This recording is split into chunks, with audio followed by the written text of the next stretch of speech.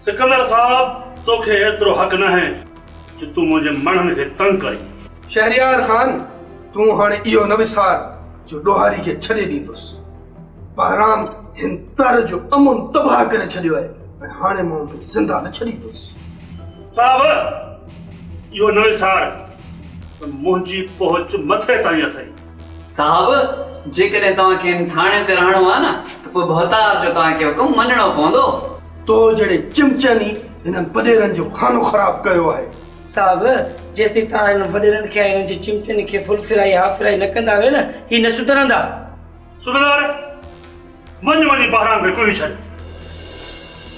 मां बि ॾिसां त तो में केतिरो जो दम आहे।